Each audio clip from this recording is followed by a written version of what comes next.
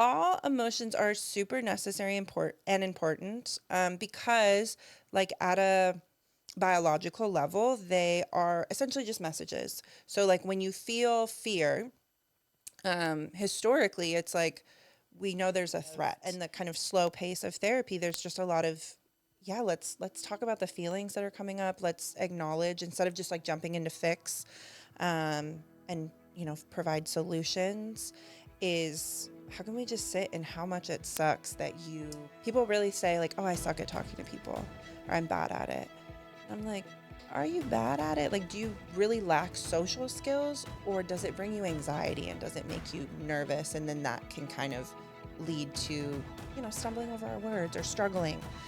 So really kind of differentiating that for folks. And if it is anxiety, how do we try and manage that and calm that down? It's so big, I think, especially for women and girls, but people of all gender identities, we struggle, and especially with social media, we struggle with, here is what you should look like. Here are all the things you should do. Here's all the things you should buy. Here's these harmful practices. Self-harm. Yeah. Why do people harm themselves? What are they getting out of that? Self-punishment.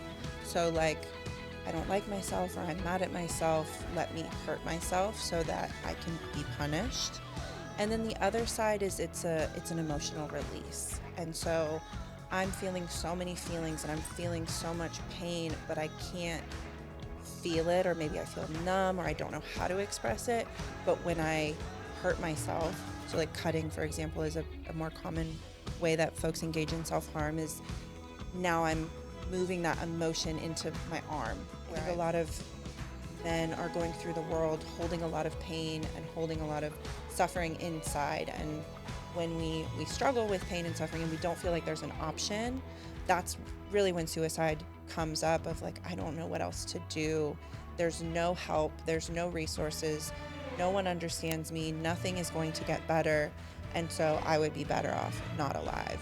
This can be a little disheartening, right? This is not positive data that we are looking at. Mm-hmm. As you think about all of your teens and whatnot, why do you feel hopeful for them?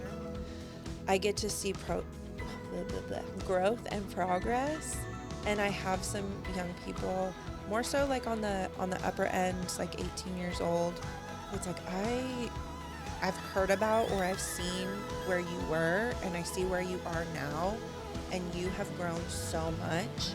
And just the pride I feel for these people who have overcome some serious obstacles, who have been suicidal, who have struggled with school, who have felt like they don't fit in, and they now just... You could look into that camera and imagine that there is someone, let me just bring up my list, there is someone who is watching this or listening to this who is going through self-harm, who is having suicidal thoughts, who feels like they're just so anxious they don't even know how they're going to get through another day of school, who they don't like the way they look at their body. All of these things we could talk about. Imagine that person is on the other side of that camera, and you could talk to him or her for 60 seconds, 2 minutes, however long you want. What would you say to that person this evening?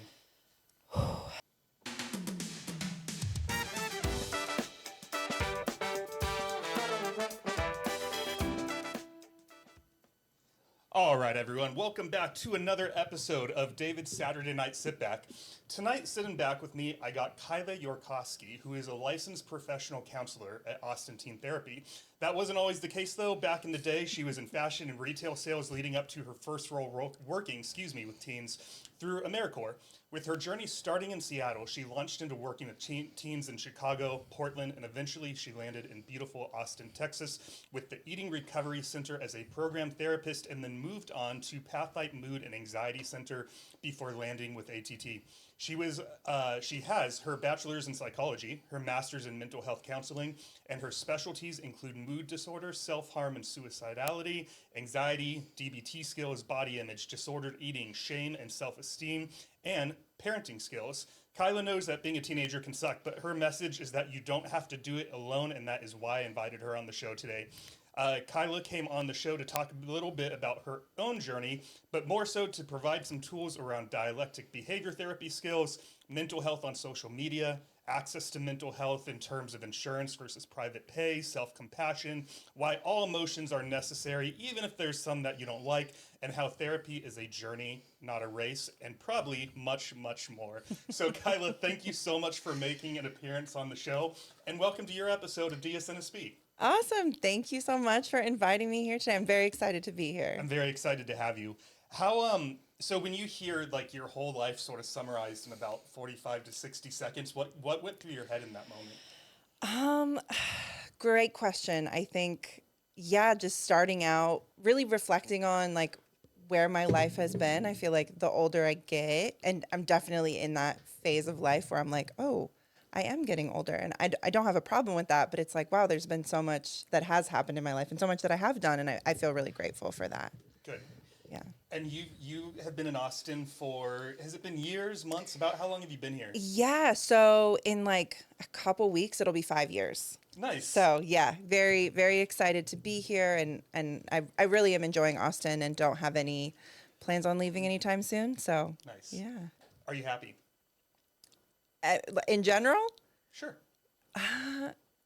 yeah, I think so. I think I am happy. Why'd you pause? Um, as a therapist, I think it's important to be reflective of our emotions. And it's funny, I am a therapist and I've studied emotions and I really encourage emotions, but I kind of struggle with them also. Like I wouldn't necessarily say I'm a highly emotional person. And so it's like when I'm feeling something, I have to be like, okay, wait, what am I feeling? What's actually going on, instead of just like piloting through. Yeah. Everything's good. Yeah. So, yeah. I started asking people that about 8, 9, 10 years ago. I don't remember when, but I didn't put much thought into it. I'm a pretty happy person, and I like to check in with the people around me, I suppose. Yeah. But someone told me about a year ago that I asked him, and he paused for a minute, and then he's like, "What?" And I said, "Are you happy?" And he said, "Yeah." And we didn't know each other that well. Fast forward like several months, and we ran into each other at the gym multiple times, worked out together a couple times. I asked him to come on the show. He said he would. And he admitted to me that he said yes, but he didn't realize how upset he was about a few things that were going on in his life. And how if I had just asked him, "How are you doing?" he probably would have said okay and put no further Right. thought into the question. Yeah. But then he said I spent that whole like the next 24 hours thinking about what I was going to do about this situation that was getting me upset. So he was like, "Keep asking people. You're saving lives." Or Yeah. just trying to make a joke. But yeah, I like after he told me that little story, I was like, I'm asking this question for forever. It's a good question. Yeah. Oh, I mean, I think it's a great question. I like had to sit back and like was a little taken aback of like, wait, I'm not used to this type of check-in. I was like, whoa. So yeah, I love that story. Sweet. What's the one tattoo I just noticed? This one where the on other side? What's This that one? one? Yeah. Yeah, so this is a tattoo of different cities I've lived in. Oh, cool. So the first, I love having people guess, but the first two are not obvious. I grew up in Marysville, so that's about 45 minutes north of Seattle. And then I went to college in Bellingham, which is 2 hours north of Seattle, like 30 minutes from the Canadian border, both in Washington. And then, where is it? I lived in Chicago for about a year, Portland, and then Austin. Nice. I like it. Yeah, thank you. What was life growing up in Seattle? Life was pretty great. I'm very grateful for my experiences up in the Pacific Northwest. You know, it's gorgeous, lots of mountains, water. You kind of have a lot of, I guess, diversity in the things you can do outside. And so we grew up kind of on a decent sized plot of land. And yeah, so just I got to be outside a lot, got to run around, play in the trees, try to make tree houses, all that kind of thing. Anyone who wants to move up to the Seattle area, I'm always like, are you prepared for it to be gray and rainy and maybe 40 to 50 degrees for most of the year? So that's the one downside is the Okay. weather. The weather, when it's beautiful, it's absolutely gorgeous, but it can get a little depressing to be rainy all the time. So I don't think I would like that very much.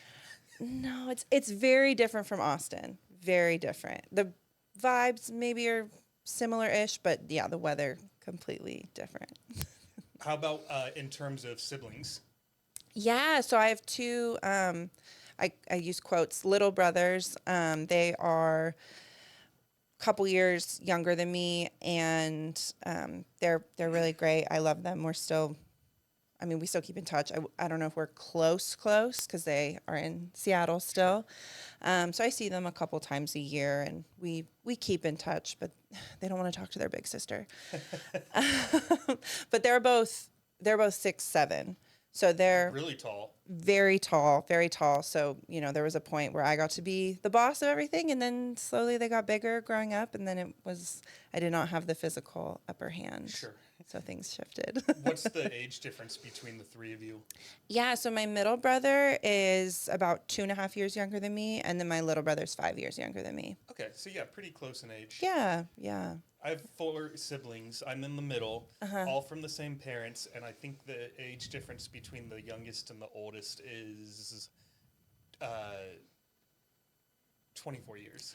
Wow. Yeah, so they really liked taking their time and having their Yeah. kids, which is fine.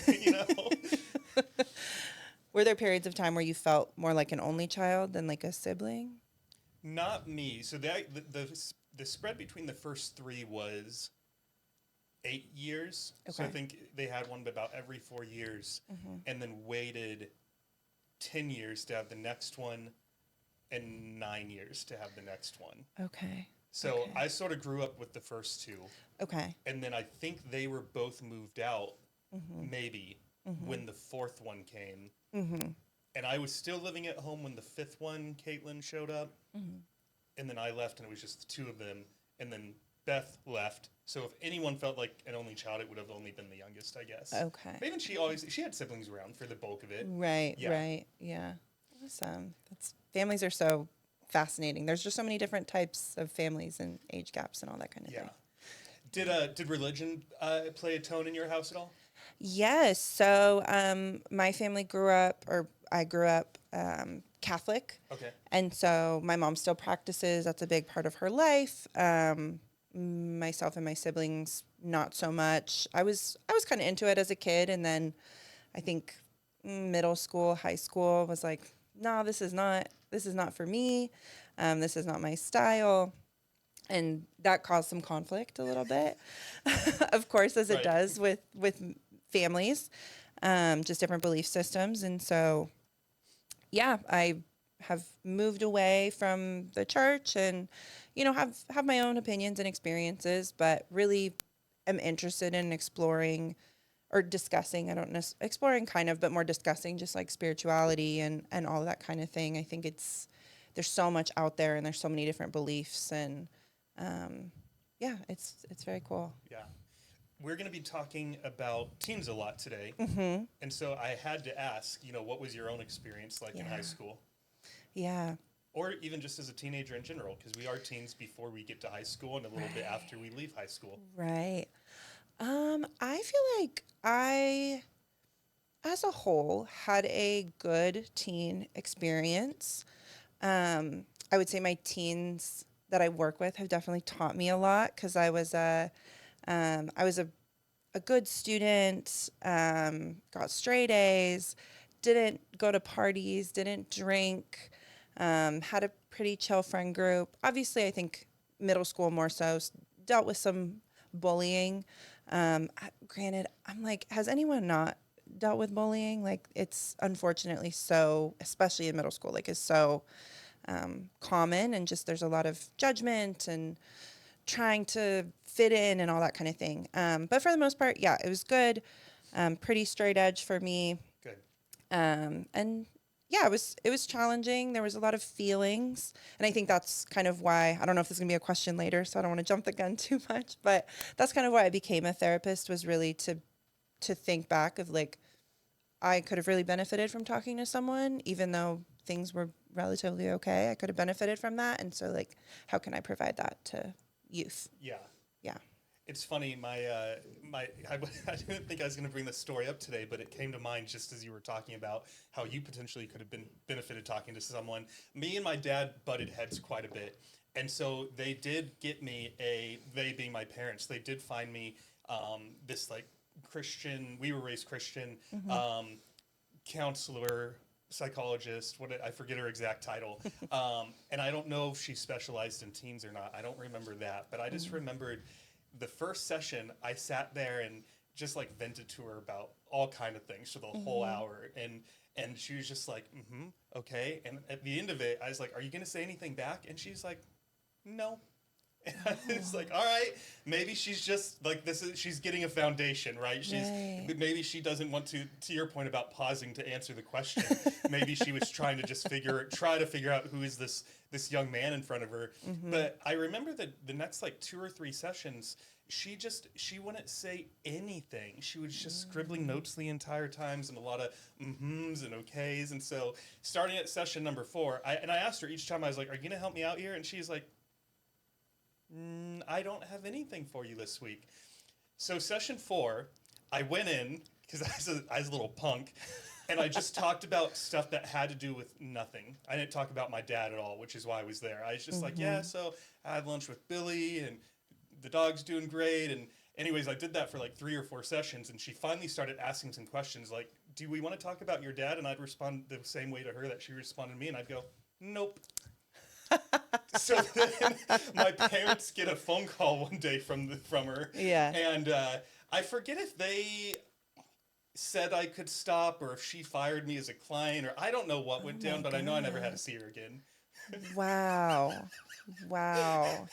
That is, I mean, my little therapist's brain is on, and I'm like, I'm so curious to hear more about your experience, but it doesn't sound like a really positive first experience with therapy, or that's kind of the vibe I get. I wish I could remember more of like what we actually talked about in the first couple versus the second couple. This was 20 years ago, and I not to age myself, but it's one of those memories, like it's very faintly there, and I remember from a large picture how I attempted or succeeded in getting myself out of there by turning the tables on her. Yeah. But it worked. It did. Yeah. It did. But anywho, right before that, we were talking about your high school and teenage year experience. What did the bullying look like? Well, so I'm tall. That was like a big thing, was especially in middle school. Like the girls grow faster usually than the boys. So a lot of comments about height. That was a big one. There was some kind of other stuff, but Behemoth, Jolly Green Giant, like those names, which are funny now, but when you're 12, 13, like, and you want to fit in and you want to be a cute girl that is popular, that doesn't really align with No, it doesn't. you want to be. A moment ago, I had to ask before I forget, you talked about the little therapist in your head? Yes. Who is she? It's a great question. I don't have like a name or anything for her, but just I found myself, like, as you were talking, I was like, oh, I want, like, the therapist questions, like, wanted to come out and be like, oh, like, what was that like for you? What experience? What emotions? How did that affect blah, blah, blah, blah, blah, all that kind of stuff. So, Fair. Yeah. I'm not a therapist that sometimes I'll listen if that's what people want, but I will ask a lot of questions. That's good. So, and if you want to ask me any questions, you can. It's not a one-sided thing. I've had a few people ask in close to the end of the episode or in the middle. I'm like, yeah, fire away if you have some. So when you graduated, did you have any idea what you wanted your career to be, or when did that moment sort of hit? Yeah, I have a story like that, like this kind of question of like, how did you know when you wanted to be a therapist? What was that like? When did you figure it out? And I've kind of always told this story. I don't remember exactly when it was that I figured it out. Have a faint memory of being in high school and wanting to, and this just, I feel like just as gives the naivety of being a teen, of like, I want to get my doctorate in psychology and philosophy. And I was really like super excited to get 2 doctorate degrees. not really realizing how challenging that would be and how much money that would be and all that kind of thing. So I think I had some interest in psychology in high school. And then I went to college not totally knowing what I wanted to do, but I knew I wanted to take a Psych 101 class. And I took that class and I was like, this is great. This is what I'm going to major in. So it kind of, the pieces fell in line pretty smoothly. I think, especially for a lot of people who don't always know what they want to do. So I feel very grateful for that. Yeah. Yeah, as a kid or growing up, I wanted to be a chemist at one point, and then I switched to wanting to be a music major. And you don't really realize, to your point, until you sort of have that post high school graduation moment of you start looking at you applying to different colleges and seeing how much they cost, and then I don't have any scholarships, so let me take a look at these loans and Yeah. the interest that's going to be associated with them, and then you find out you don't care about chemistry at all, and it's like, Right. what am I going to do with my life? But that's awesome that you stumbled into it. Do you feel like, or not really stumbled into it, but you landed on it? Yeah. And now that you've been doing it for some time, would you say it is the right career path? And It is. It is. It is something that I feel, being someone who has historically been very indecisive and unsure about a lot of things. My job as a therapist has always been, and kind of studying psychology has really been a like a rock or a foundational thing that I feel really confident in. And so, just totally lost my whole no, train of thought. it's all good. I asked you if, yeah, you found it. You've been doing it. Is it the right career path? And Yes. Yes. Yeah. Right career path. I really enjoy it. And there's a lot of different things you can do being a therapist. So, like right now, I am in private practice. I've worked in agencies before, done higher levels of care. You can, you know, you can work in a school. You can do all sorts of things. And so I like having just kind of different options, but still getting to work with people and getting to support people. yeah. What's the difference between agency and working in describe ATT as a private facility? Yes, yeah, it's a private practice. So there's different types of agencies. The ones I've worked for have been like on a bigger scale. They're like the company that I worked for was, I think, it was a national company. There's locations all over the United States.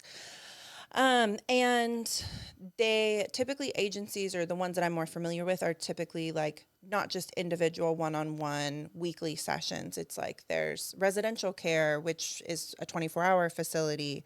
There's inpatient care, which is kind of like through a hospital. Like with Dell Children's, there's intensive outpatient care, which is like more group work, but some individual. So it's a little more hands-on. It's a little more like the 8 to 5 kind of job. There's, all sorts of departments like a company would have. And then private practice, it's just, there's the owner, Lindsay, who's really, really great and awesome. And then there's 4 of us other Cool. clinicians besides. So it's really small. It's just the 5 of us kind of as a team working together, all that kind of stuff. Do you like the more smaller, intimate setting, 5 clinicians, as you called yourselves? Yeah. And being able to do one-on-one. Yeah. Do you guys do any group, or is it all just one-on-one for the most part? Right now it's just one-on-one. We have the option, and that's something I really like about Austin Teen Therapy, is there's a lot of flexibility, and Lindsay and the team everyone's really supportive of kind of finding the work that fits for you. Like, we can work with adults, we can work with people of all ages. Obviously, it's typically we find more teens, which is great. We have a lot of autonomy if we want to do groups, how we want to do this, how many clients we want, what our schedule is like, all of that kind of thing. So there's a lot of choice and autonomy and support through that autonomy. We'll come back to this in a little bit, but Yeah. while I'm thinking about it, Yeah. DBT, remind me what that Yes. stands for. DBT stands for Dialectical Behavioral Therapy. And is that a therapy that could be done in a group? Yes. So actual, like, true DBT is a mix of group and individual. It's actually very structured type of therapy. And so, yeah, there's group work, there's individual work, there's different types of relationships with therapists with a DBT lens, all that Okay. kind of thing. Cool. Yeah. Yeah, we'll come back. We'll define that in a little bit and talk about what DBT is, and I have a couple of questions around it. Yeah. So, in thinking, this question I should have pre-sent to you so you could have thought about it. So Okay. I apologize for putting you on the spot.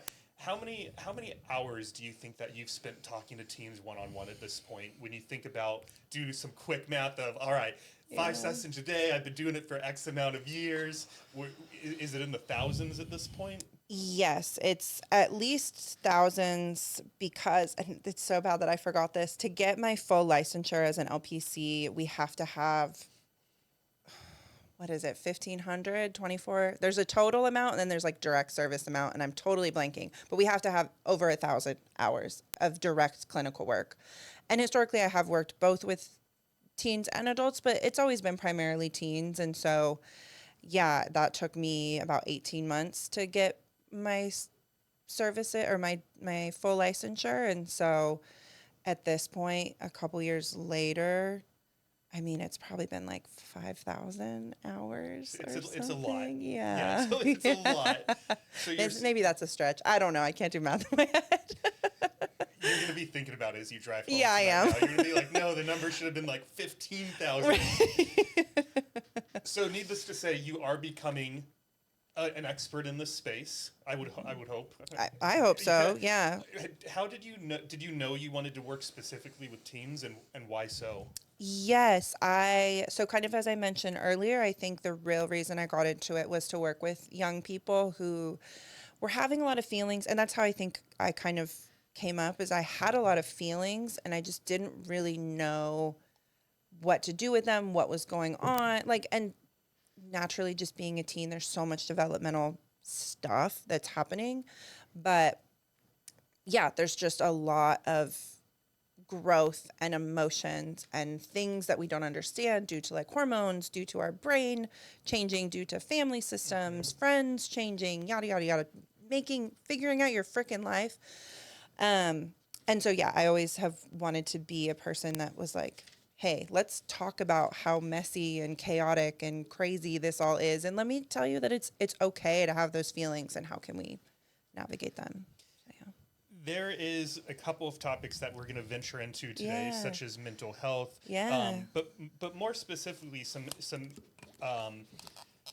topics from your site that you mentioned that you specialize in is mood disorders, self-harm, suicide, anxiety, body image, disordered eating, shame and self-esteem. Parenting is still sort of something different. But as you think about all these teens that you have spent thousands of hours talking with, is there any one or two things, any like one or two underlying themes that sort of tie them all together, such as, like, I just started reading Together by Vivek Murthy, and it's about loneliness. Okay. I'm only halfway through chapter 1, so I'm barely into it. But he was talking, he's basically spent 6 years studying how loneliness is, in his mind, one of the biggest epidemics in our country right now. Yeah. But what about you? As you have sat with all these kids, do you sort of see one or two common themes behind all those items I just mentioned? Yes, and I think this is a little more like what I attune to, or kind of what I feel passionate about, and it's kind of mentioned in there, but I see like our relationship with ourself and our self-compassion as being really big, as far as like through different mental health struggles and just struggles that we experience, of like, what is our relationship with ourselves when we feel a certain way? Are we like, oh my God, can I swear? Is that okay? Do we not swear? Oh yeah, no, we're 10 minutes past when YouTube would squash us for doing that. So curse away at this point. I was like, and it's always funny. I always listen to podcasts and people always ask that. Yes, I'm okay with all of it. Okay. But just like if you have an emotion come up, like sadness, and it's like, why the fuck am I feeling this? Like, I shouldn't be sad. I'm so weak, yada, yada, yada. And we can have all those internal things. And that really just makes us feel shittier. And so being able to have self-acceptance and be compassionate to our own experience, I think is super important, and something that we struggle with, especially like, I think there's a lot of cultural components of like, just push through, be strong, be a man, be tough, whatever, don't cry, etc., etc. But yeah, so touching in with that relationship with ourselves and being kind to ourselves, essentially. Yeah. Yeah. Two quick stories for you Yeah. that to your point about having self-compassion or lack of is there's a teen in my life who was telling me recently about how his mom stumbled into his room at 3 a.m. super drunk, claiming that she was hearing banging on the roof and she needed him to get up there and to fix whatever the banging was coming from. And at first he sort of believed her, and then when she stopped talking, he was like, no, there's not, Mom. And that's not the first time he's had an interaction like that with her. And after he was telling me about this, he always ends. He's told me like 8, 9, or 10 of these stories, and he always ends saying something like, "But that's life," or "But it's all good." And I've told him every time. I'm like, if it's like if you really thought it was all good, Right. you wouldn't have told that story to me in the manner and emotion of which you just told me that story. Yes. So do you want to talk about it? And he always says no. And I said, if you change your mind, I'm an open book. I'll listen to you for hours. Yeah. There's another instance of a friend of mine a couple years ago who lost his brother. I think it was about 2 weeks before Christmas Day. His brother was only in his early 30s. And a year after he passed, I knew that it was the anniversary. We were working out together on the day of. And I asked him how he was doing with it. And he started to tear up. And then he made a comment about, as we were talking about it, he made a comment about how like he really gets uncomfortable talking about it because the way his dad raised him is because men don't talk about things that make them sad. Yeah. And it is sort of true. We don't, as guys, dudes, whatever, Yeah. we I think some of us can be bad at that. But it was just, I guess, in hearing that statement at the time, it was like 2021 or 2022. But I was really surprised to hear that. It's like, is this still a thing? Are we still telling our kids this? Are dads still telling their sons that? Or maybe even daughters and moms too. Oh, yeah. Like, I don't think it's maybe as in that traditional sense, but I talk a lot, and I've done this kind of with parents of like validation. And I go into, I think being a therapist, like you have to have compassion for all parties, because I think everyone is trying their best with what they have. And some people weren't given a lot and so aren't able to give a lot. But it's really interesting, like, what's like the really good example, but ways that we try and support people, be like, oh, like you'll be fine, like it's okay. That is maybe not as like direct as like, oh, don't cry about sad stuff, or don't cry, or don't talk about sad stuff. Even just like the like, oh, like you'll be fine kind of thing is so invalidating to people, of like, oh, I should be fine, I shouldn't cry, I should be positive. There's like one saying that's super common that we all say, that it's just like, oh, do you realize that you're basically telling someone like that they shouldn't have these emotions, and that they shouldn't feel them, that they should push them down or push them away, or whatever. So yeah. Why, according to your own writings, why emotions are necessary, all of them, Yes. even if I personally hate them. I loved how you worded that. Yeah. All emotions are super necessary and important, because like at a biological level, they are essentially just messages. So like when you feel fear, historically, it's like we know there's a threat. And so it could be a tiger, a snake, whatever, a rival tribe that we need to compete against. And so it's like fear. I need to run away, or I need to defend myself. Anger, something has happened that has maybe crossed a boundary, or something that I don't like. Same thing. I might need to like fight or advocate for myself. Sadness could be an example of like, we need to slow down and take care of ourselves and recoup. And so essentially emotions are just indicators that we need to respond to. So kind of like little check engine lights in a way. And so they're important to, one, recognize, which I think is the hardest part sometimes if we aren't in touch with our emotions, which I can definitely relate to.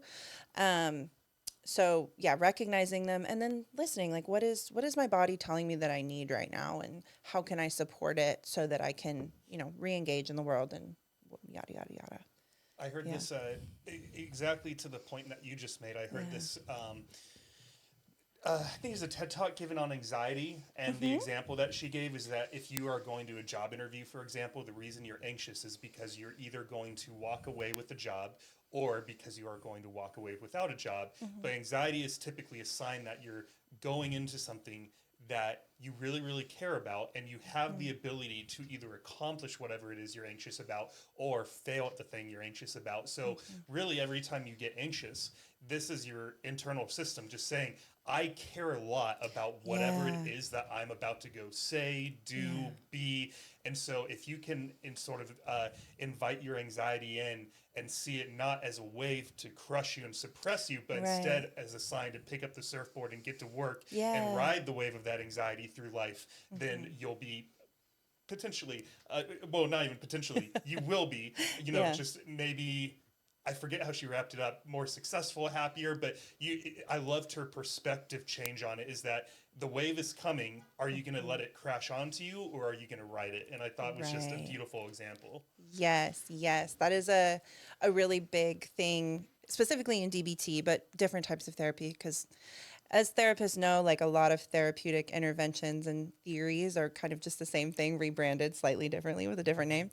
So it's not exclusively to DBT, but there is like a skill is called like riding the wave. Like it's literally, that's the name of the skill, is to, you can get knocked down by the wave or you can float with it and just kind of bob up and down and keep your head above water, but go with the flow kind Yeah. of thing.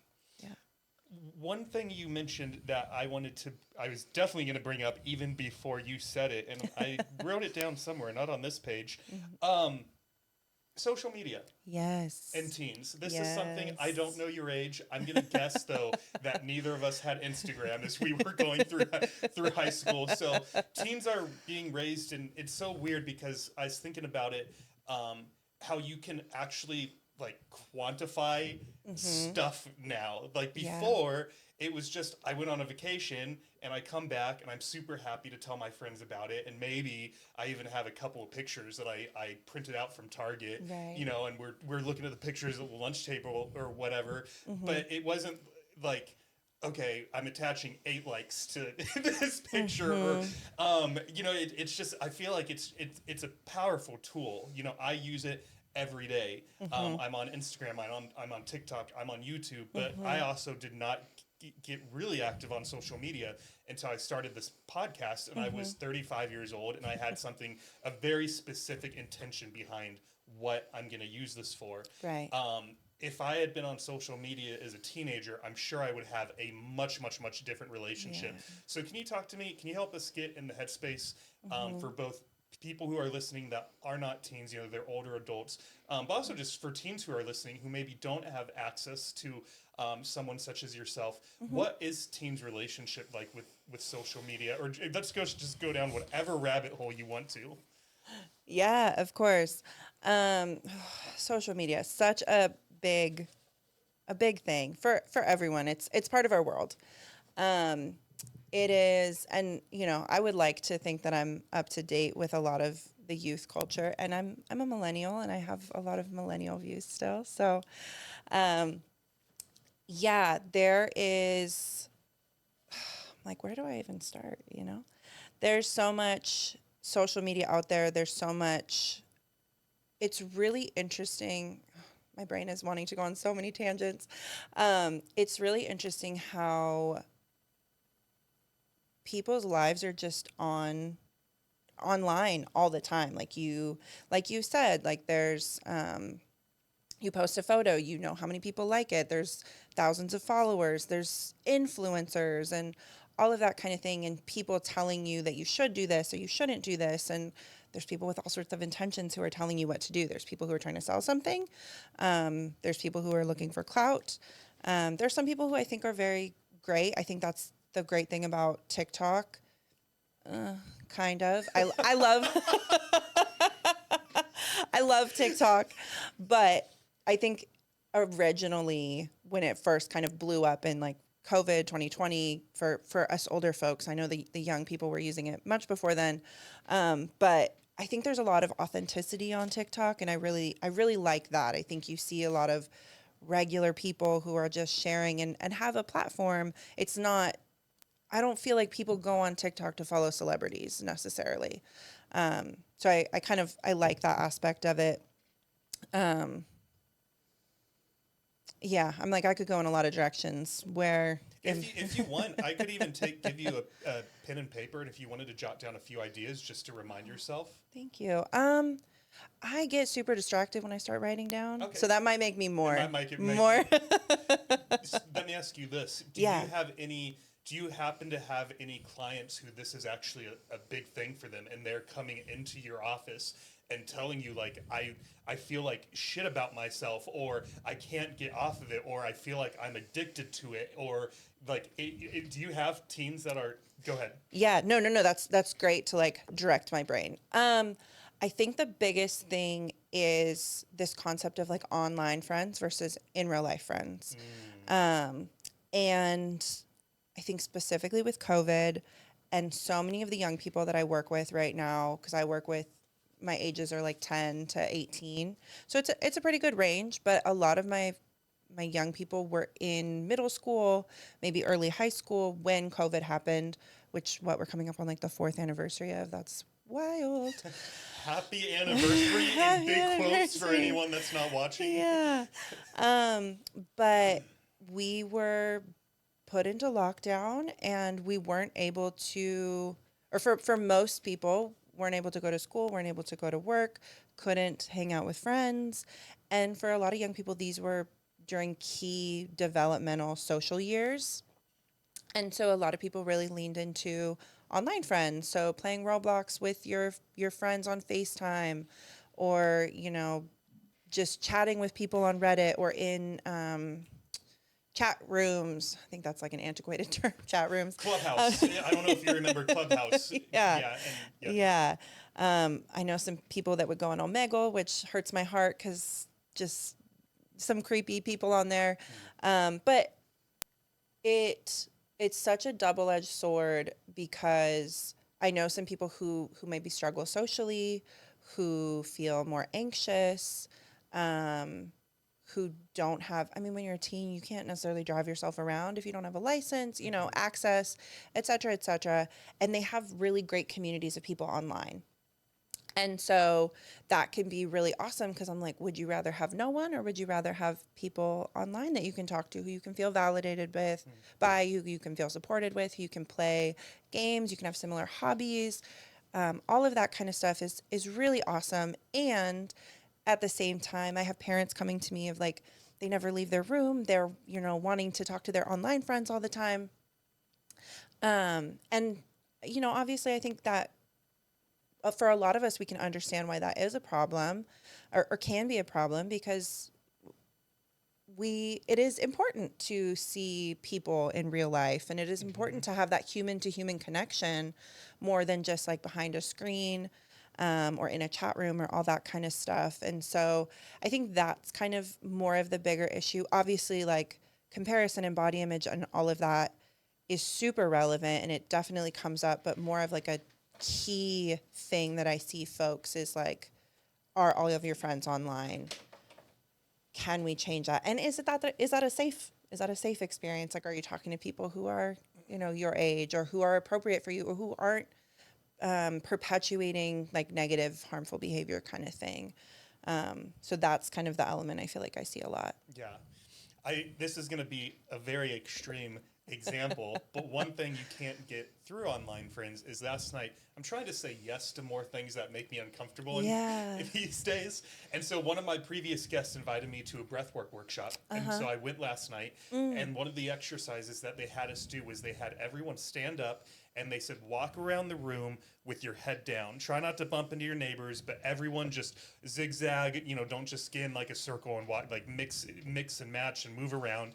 And then we're going to count down from 5.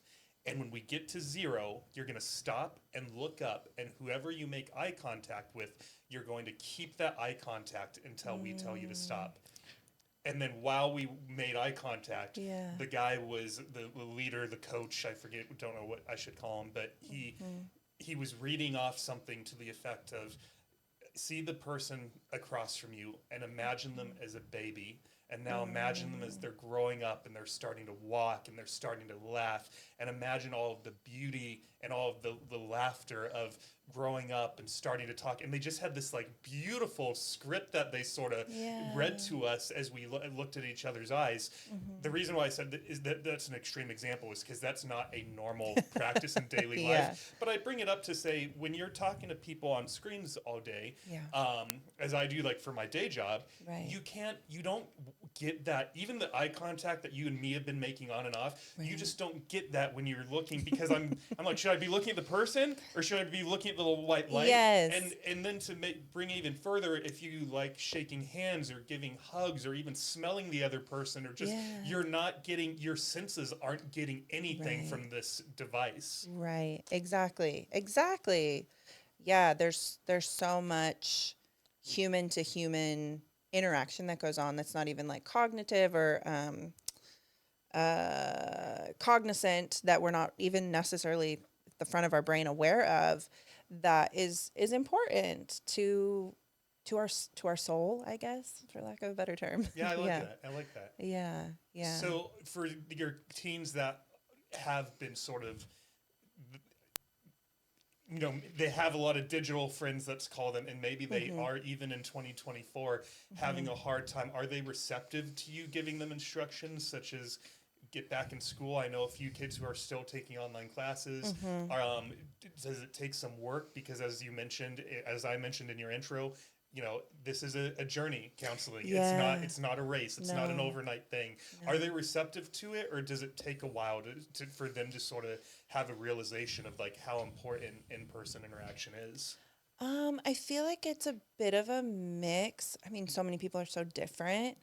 I think the biggest thing is most people, I think, are very aware that in person is important, or at least that's kind of the vibe that I get, that folks are able to recognize that. And the challenge is access. So, like, I have a young person who lives really rurally, and they just don't, there's not a lot of people around who that they feel understood by, that they feel like they can connect with, or they kind of know everyone and they're like, none of these people are really my vibe, but there's not really anyone else to talk to.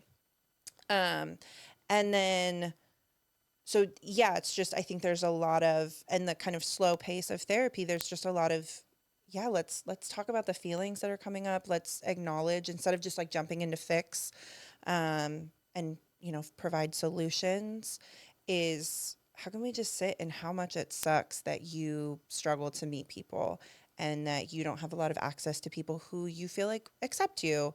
And I think that's another benefit of social media that I really enjoy is, there's people with different gender identities, sexual identities, cultural experiences, all of that kind of thing, who might grow up in a family or a community where they struggle to fit in. They maybe don't fit like the stereotypical vibe of the place.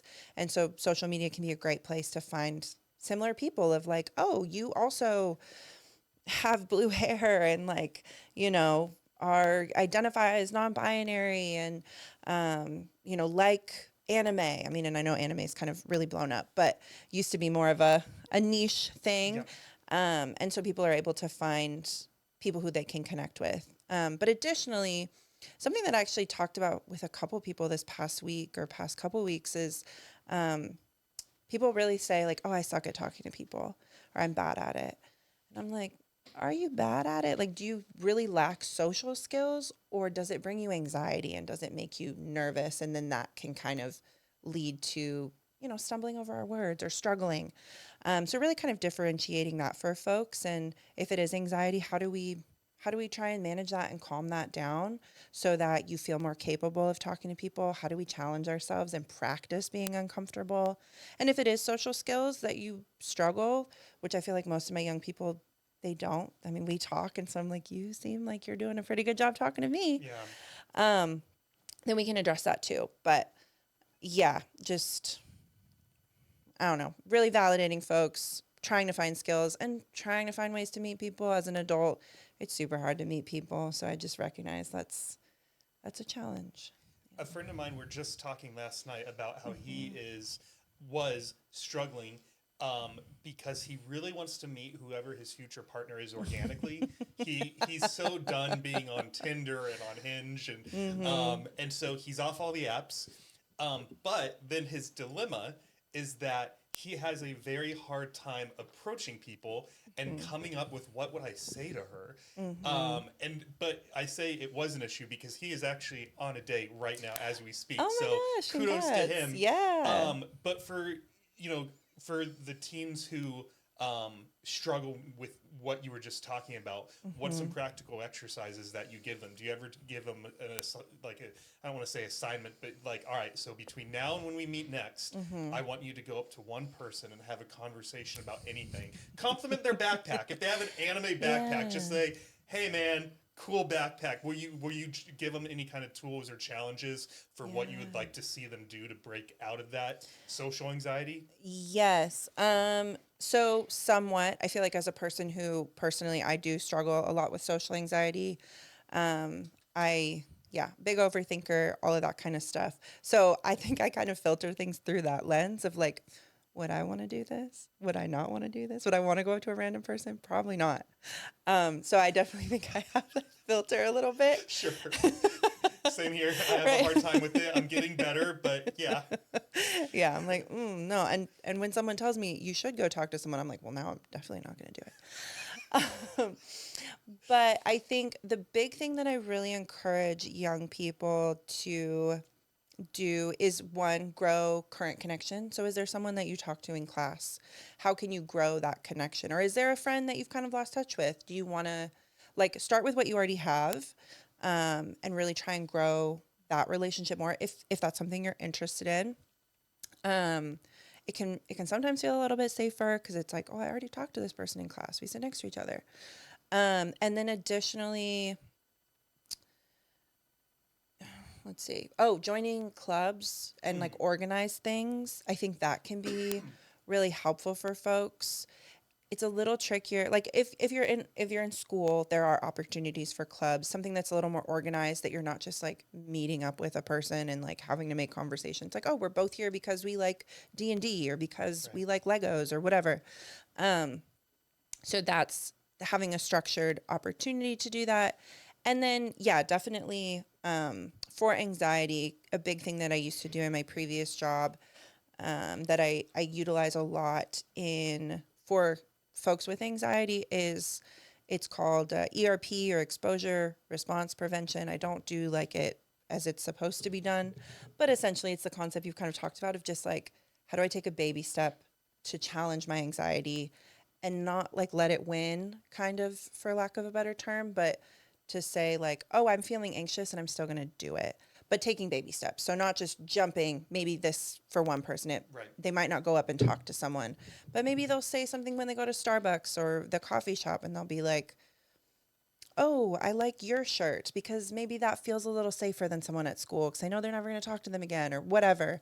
So yeah, I could probably go on and on, but there's definitely skills and tools. And the biggest thing, which I think I really try and have compassion with folks, is I can give you all the tools and skills, but you have to utilize them. And it's going to be really hard to utilize them. And that's okay. And we're just going to keep trying. One thing you put down Hmm. that I almost just want to ask about and say Yeah. nothing else Okay. because I don't want to sway how you answer it. Okay. Why did you put body image down? Yeah. Um, I mean, a million reasons. So I did for about a year and a half. I worked in an eating disorder facility with folks, adults and teens, primarily teens, who were struggling with diagnosable eating disorders. And body image can be and usually is such a big part of that. Additionally, as I'm a woman, I grew up with a lot of thoughts and feelings about my body as a young person. seeing my parents' relationship with movement and food, my relationship with movement and food, having an image of what I looked like, and then looking back and being like, I don't want to throw out body dysmorphia because I know it is a real diagnosis, but I think most people have some degree of body dysmorphia, and seeing how that's shown up in my life and how that's affected my confidence and what I wear, what I do, all of that kind of stuff, and how it's so big, I think, especially for women and girls, but people of all gender identities, we struggle, and especially with social media, we struggle with, here is what you should look like, here are all the things you should do, here's all the things you should buy, here's these harmful practices, but they're actually going to help you lose weight, is usually a common goal for a lot of people. Um, and and yeah, I think it's super relevant. It's something I think, or what I know I still struggle with personally. And I want to support people finding what what is quote unquote healthy for you, what feels good. And when I say healthy, I mean like what feels good in your body, what movement feels good, what food feels good, and how can you have a relationship. And maybe you never love yourself, and that isn't always the goal, but how can you accept yourself for who you are and where you are, and have at least a neutral relationship. Whew. Accepting yourself for who you are is something I have conceded that I will probably be working on it till the day I die. Yeah, I think yeah. that I'm constantly getting better at it the Right. older I get. But to this day, I make a mistake, and that's a big topic. But one Yeah. thing you said, I'm going to misquote you a little bit, but you said when you were talking about all the things that we're seeing on social media and things that are being marketed to us that's unhealthy, what was the last unhealthy thing that you saw being marketed? And if you don't want to name, like, I'm not asking you to like bash a certain company, we can be pretty Yeah. generic, but that's something Yeah. that in my own personal algorithms, I haven't, I don't think I've seen an ad recently or anything where I paused and was like, oh, why are we telling me that I should do this right now? I haven't seen that in my own life Yeah. recently. Yeah, that's a good question, because I see like images, um, either AI, unfortunately, or edited images where it's like it just gives poor, or I don't want to say poor, unrealistic body ideals. Let's see, last thing, I'm like skinny tea was a thing for a while. Ooh, I know recently, but this isn't like an action. Legging legs, I guess, is like a thing now where it's like, do you have legs that look good in leggings? I'm like, oh, Mm, hurts my heart. mm, Um, but I don't think there's been anything too specific. I also really try and curate my social media to be very like body and size inclusive, healthy in a accepting kind of way. I think the biggest thing that I see that's current is just kind of all the editing and stuff. So it's not necessarily an unhealthy or bad thing to do, but it is. Maybe Ozempic, or like all of the plastic surgery. Not that that's mm. bad, but like if you want to do it, that's totally fine. Ozempic, I'm not up to enough knowledge to fully speak too much about it, but you don't need to take a drug that makes you lose a ton of weight. I don't know the health implications Mm.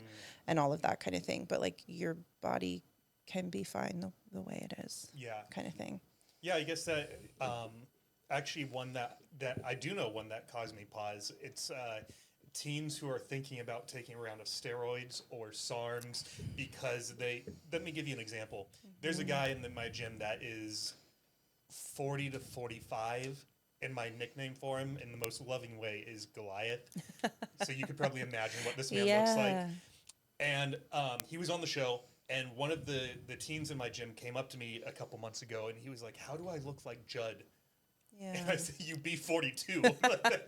You're 17. Like Yes. it's impossible, But Right. and Judd isn't. He's a great guy. He can't help the fact that he's 6'6" and Right. 280 pounds. And if anything, I think he's inspiring people. But you do have this teen who is like, I want that now. And Right. when he asked me like, how do I look like that? It's sort of, I made a joke right away, but as I was driving home, I was like, that's sort of wild that he even is thinking that way, because we do want things right now, and it's scary to me. I don't know the implications. One of my goals this year is to try to find, and if you know this person, I'd love an introduction. I'd love to find some doctor or someone who's done any research at all about if there is a age that's too young to be on these items, drugs, whatever you call them, steroids. I'll just call them what they are. Yeah. And if you don't do it right, and if you don't know what you're doing, what are going to be both the short term and the long term negative drawbacks? Because I can't speak on that, but I imagine that a 15-year-old shouldn't be doing this either. I just can't say scientifically why. Right, right. Yeah, I don't know anyone specifically, but yeah, it's these young people, and the first thing that comes to mind is just media, TV, even social media, but like TV and movies specifically. We have like 25-year-olds pretending that they're 16 years old, and a 25-year-old physically, like your body develops so much differently when you're an adult, or not differently, but there's more development that happens when you're an adult. And so you can do the exact same workout, meal plan, whatever, when you're 17, and you're not necessarily going to look like a person who's 25. Like that's just, and I think specifically for men, or at least my experience seeing men, is the development is just so much later in life. And so there's just a lot of patience to be had to see what your body's actually going to look like for a decade, and then it'll change again. Is that something that has caused you some pause or frustration, is seeing mid 20 adults playing teens? Yes, yeah, it definitely is. I think it puts an image out there of like, this is, and it's not just this is what you're supposed to look like, but I mean, don't get me wrong, I watch Euphoria, and that's just like that's a popular one, but there's a lot of shows of like, this is, and it's been around forever. This is how high schoolers act. This is how high schoolers, these are the activities they're doing. This is what they're wearing. That they're never in school. Like, this is how they look. These are the relationships they have, and it's like, oh, please don't be doing that at 16, or like, be careful. This isn't real life. I guess that's kind of a big thing, is like what we put on in our media is not always real life. And when you're young, you don't always recognize that. Even when you're an adult, you don't always recognize that. Right. We forget sometimes when we're watching our favorite shows that what we're even looking at. Exactly. You mentioned a little while ago that you have clients that are as young as 10 years old that you're working with. Yeah. Unfortunately, it doesn't surprise me. Yeah. Because one of my most heartbreaking moments on this show was when he was not 7 now. When he was 7, let me clarify. When he was 7, one of his mom's mini boyfriends was tasked with drowning the gay out of him. Oh my God. And as he elaborated on that, I'd never heard. I know child abuse happens, but I've always read it in articles online. So to have someone sitting 2 feet away from me, and just thinking of what would it take for an adult to get to a point where they could even consider doing this to a 7-year-old is insane to me. What some of your younger clients, what have they sought you out for? So currently I feel like my younger kiddos are a little more like anxiety, experiences with anxiety. I do feel like the population I work with now in private practice, because I am private pay, I don't accept insurance, there is a little bit of access that is different from like when I've worked in an agency that did accept insurance. So I saw some different cases, specifically with, families or kids who didn't have as many opportunities, or had some really negative experiences with parents or adults or that kind of thing. So currently, yeah, my younger folks, there's body image already, which of course there is when you're 10. You hate your body. What? And yeah, wanting to emotional understanding and some perfectionism. So I don't want to say thankfully, but I work with clients who I'm not every day. I've had experiences, but every day I'm not hearing really terrible, tragic, traumatic stories. And I want people to have that space. Don't get me wrong. And it's really hard to hear that all the time. To sit in a space with someone who has experienced really terrible things and to feel with them is that's a hard part of the job. So, um, yeah, I don't know how to end that sentence, but That yeah, was that was yeah, perfect. okay. Do you try to not get emotional, or do you think it's actually good for them to see that you're empathizing? Do you go one way or the other? Why are you laughing at this Um, question? I feel like this, depending on the therapist you ask, is going to be a very different answer. I could see that. Yeah. So, and possibly controversial within the therapeutic community.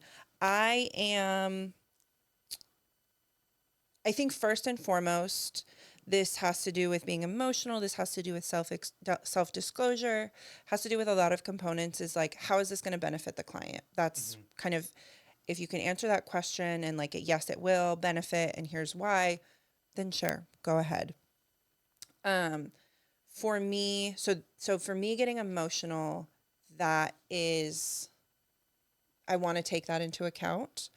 Is me being emotional going to help the situation, or is it going to turn the attention on me when like this isn't about me?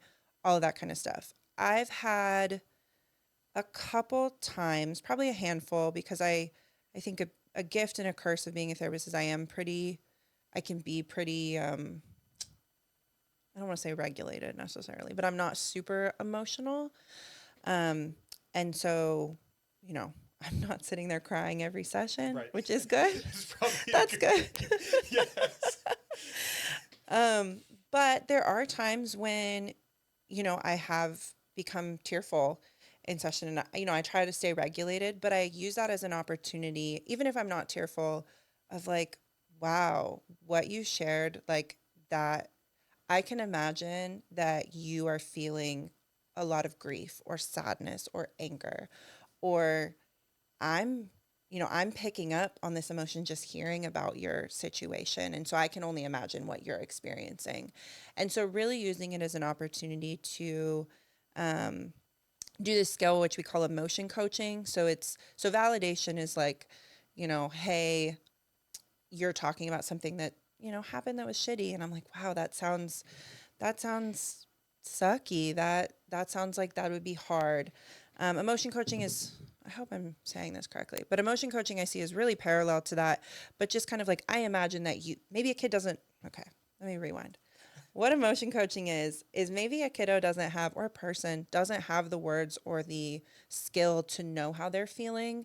And so I might reflect of like, I imagine you're feeling really annoyed right now. And maybe they sit there and they go, yeah, I am feeling annoyed. Or maybe they go, no, that's not quite right. I'm actually feeling frustrated.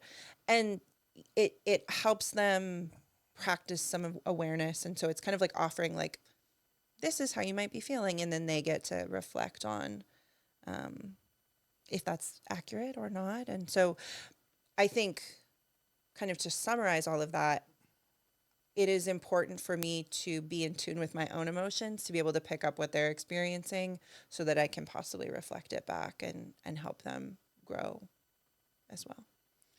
One thing that I didn't struggle with as I was growing up, but I have a few friends that did, is Mm-hmm. self-harm. Yeah. Why do people harm themselves? What are they getting out of that? Yeah. So there's with the folks that I've worked with, I don't want to say there's only X amount of reasons or whatever. Sure, yeah. But the people that I've worked with, I feel like it usually shows up. I think it's typically like three different reasons.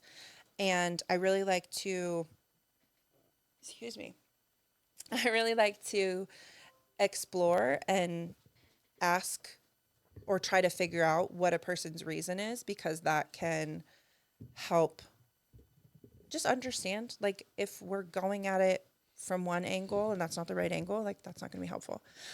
So the reasons that I have seen that people typically self-harm is sometimes it's like sensory. I'm less familiar with that. It's a little deeper than just like a sensory experience, but the sensory experience is a primary one, and that's typically folks who probably fall more on like the neurodivergent scale, all of that kind of thing.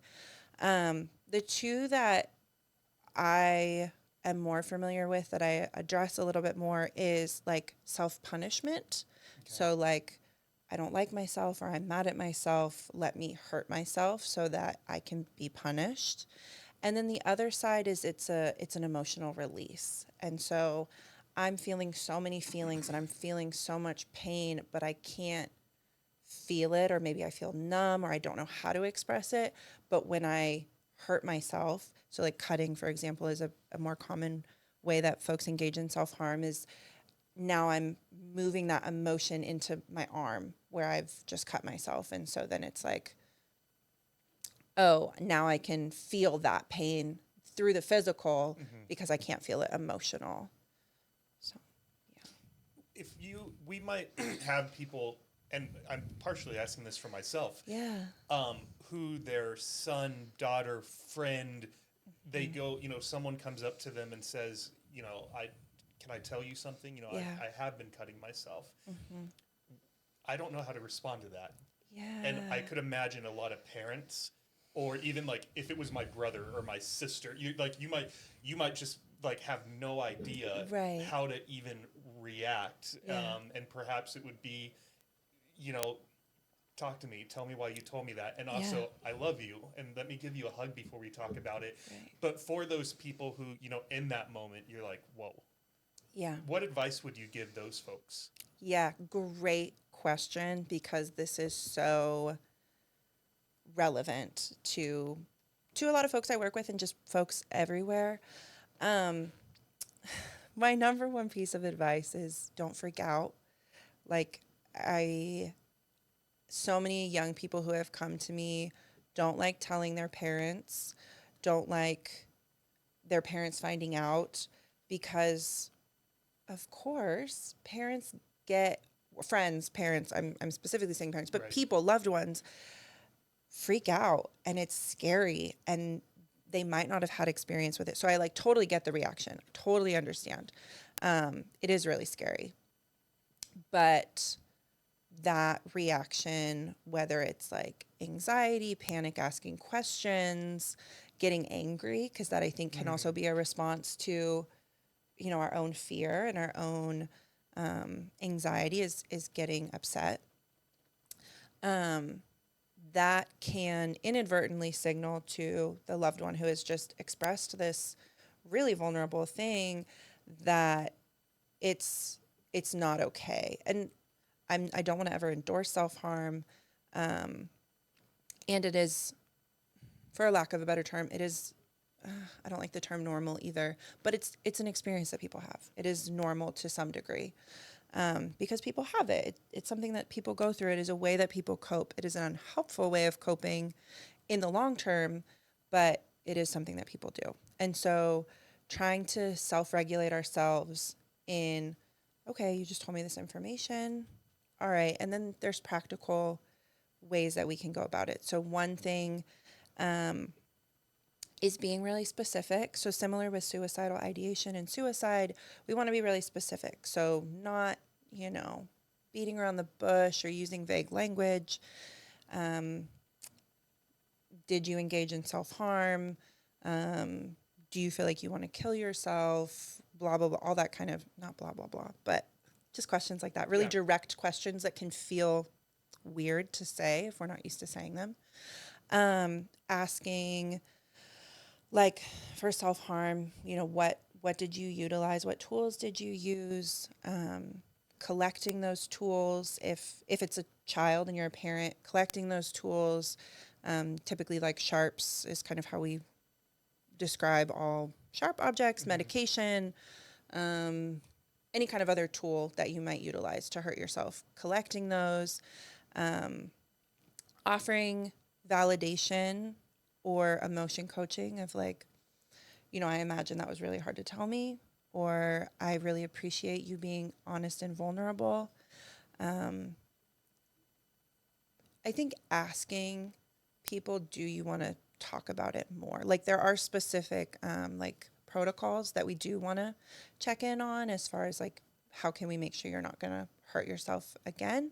But as far as like the processing of the emotional side, I think giving people some space to like do you want to talk about like why this happened or what's going on? Um, and letting people kind of do that a little bit at their own pace. There's going to be, especially young people that are like, no, I don't want to talk about it and I never want to talk about it. That's not helpful. Right.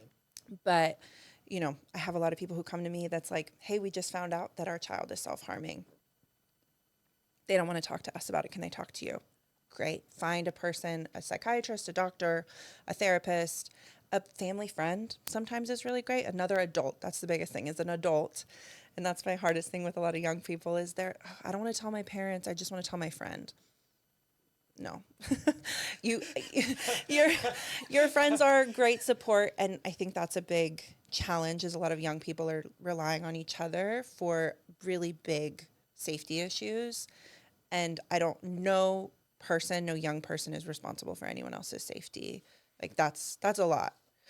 So is there an adult in your life, or can we find an adult or put an adult in your life who you can process this with? So, okay, how can people respond if someone tells them that? Um, yeah, trying to make the environment safe, not freaking out, allowing people to process if they want, but giving space too. I think a lot of parents specifically struggle with giving space. Um, I think those are kind of my main points. Yeah, find resources because there's people way more experienced than me who can share a lot more. Um, but yeah, find resources, do your research, so that you feel more comfortable approaching it and talking about it, I don't want to say normalizing it, but talking about it in a more normal way. I was gonna bring that up, that I actually really appreciated and I wanted to get your thoughts on this. Yeah. That you said you hesitated a little bit, and then you said I don't want to say this, but it is normal. Yeah. And I actually think that it's incredibly important that you made that statement, because I think so many of us feel like we're alone. Yeah. That I go to this school with 3,000 kids, and there's no way that of the 2,999, Yeah. there's another kid on this campus cutting themselves. Right. And so I think that just by hearing that you're not alone in thinking that you're the only one who thinks that your body looks like shit, that you're the only one with the eating disorder, that you're the only one who feels shame about who you are, that you're the only one with anxiety, Yeah. that unfortunately all these things are normal. And maybe it's not 100% of the population of your school or your circle of Yeah. friends, but more than likely, you probably know someone who is going through exactly what you're going through. Yeah. Yes. That is it is, I think, super helpful to recognize and know and remind ourselves and remind others that this is part of the human experience, and there are people who understand you, and there are people who can relate to you. Um, and and yeah, your experience is important, and there are also people out there who have had very similar experiences. And if they haven't had similar experiences, they've had really similar, if not the same, emotions. And so we can relate on that emotional level. Yeah. Yeah. One topic I want to pivot to Yeah. is, and I want to give a little bit of a preview here before we just dive headfirst into it, is that when I started podcasting, Yeah. I had no idea who my target audience was, what I wanted the show to be about. Yeah. And I heard the statistic that of all podcasts, 90% don't make it past episode 3. Wow. And of that 10%, another 90% doesn't make it past episode 20. So I made a promise to myself that I would do 21 episodes, and if I didn't have the answers to like who's the audience, what's the main theme of the show, what's my ultimate goal, I would reevaluate and decide, do I keep going or do I stop? And one thing that came up 3, 4, 5 times during the recording of those first 21 episodes is people who at one point or another considered taking their own life. And fortunately, none of them did, because they all made it to the podcast. Right. And they are now living lives that I think are to be admired. And I realized that my ultimate goal is that by the time I stop podcasting, I want to have this list of emails that I've printed Yeah. that have written into the show and said, David, I heard Kyla's episode at the time I was cutting myself, in the 5 years since then, I've gone to therapy, and I went, and if you are still in touch with Kyla, please give her a huge thank you, and my life has changed because I found this episode. And so I realized that, so then after that, having this realization that my target audience is sort of people who are in a really bad place in life, I had to Google how often is someone taking their own life on our planet, and unfortunately the answer is every 11 minutes someone's committing suicide. So Yeah. even in the time that we've just been sitting here this evening, Yeah. we've unfortunately maybe had 7 or 8 people who have taken their own life. So one thing I wanted to talk about tonight is suicide, and I printed you some of the statistics that I'll be reading off of. Yeah, That way you thank don't. you. Yeah, I figured the visual might help. Yes. So this all came from CDC.gov, and in the year of 2021, 48,183 people died by suicide in the U.S. That's where that stat that there's one death about every 11 minutes came from. 12.3 million adults seriously thought about suicide. I wanted to bring that up because, again, going to the fact that you're not alone, you're not the only person having these thoughts. There are other people out there.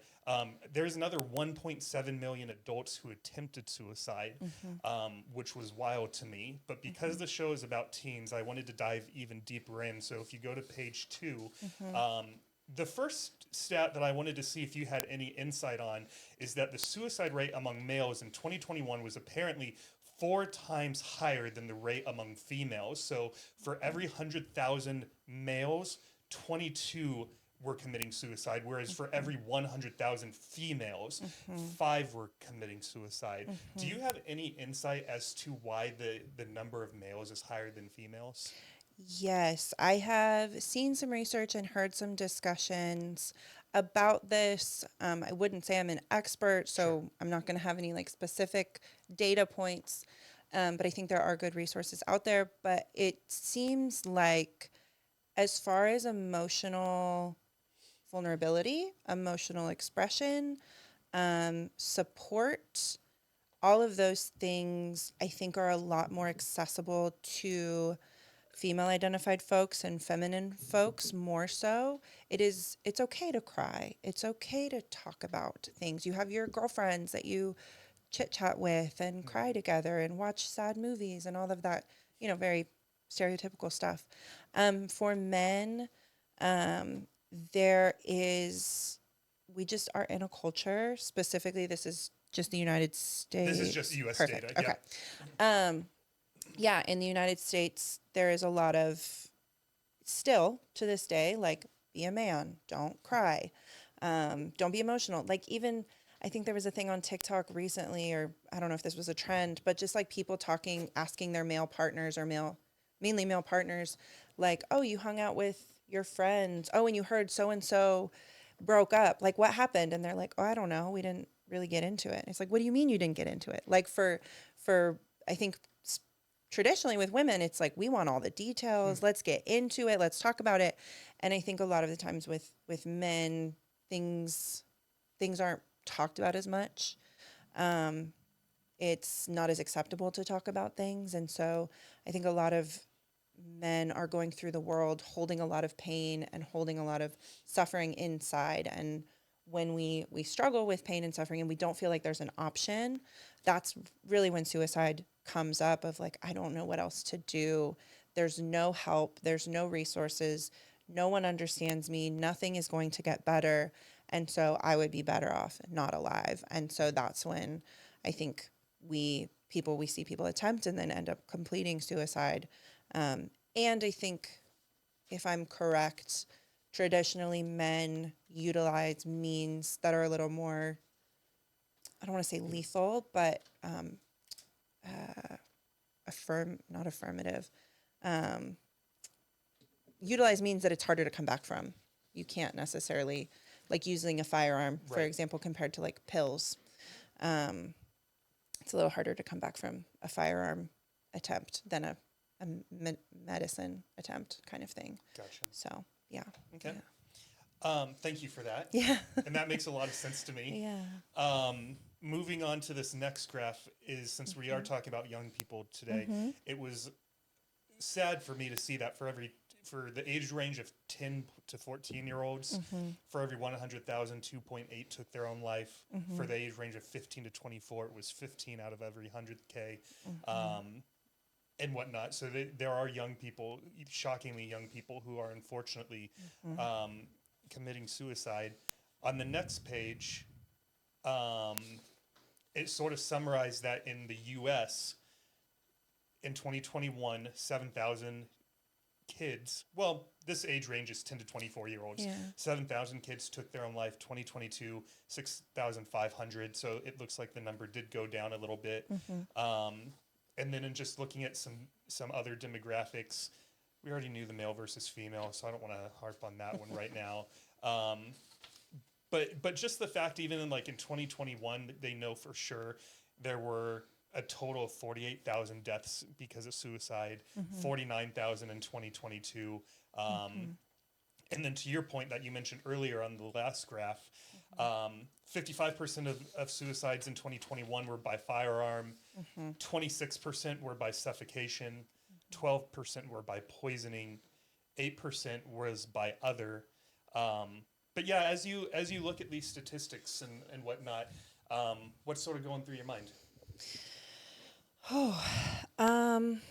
I think a lot of thoughts, because especially I think because I deal with it on such an individual level. So I see a person who is experiencing suicidal ideation, or who has tried to complete suicide, or who knows someone who completed suicide, or having clients who have passed away from suicide. It's so individual, and so to kind of zoom out and see kind of the numbers, it's interesting to hold both into account, because I think obviously data and research is super important to have, to kind of know what we're dealing with and all of that, and then also to have the experience of seeing people who are struggling with this, or who know someone, all of that is helpful to kind of, because numbers can be not right numbers. And so to also remember, these are, when we're talking about thousands of people, almost 50,000 men, or no, overall, almost 40,000 men. Almost, yeah. Almost 40,000 men. Those are people. Put 40,000 people in a room. That's a fuck ton of people. And that's just in the U.S. This isn't even global data. Right. Yes. That is a lot of people who are struggling and who don't have access or don't have the resources to get the support they need. And what what are we doing about it? Yeah. To an extent of how are we helping people? How are we making the world, sounding kind of cheesy, but how are we making the world a better place? How are we making food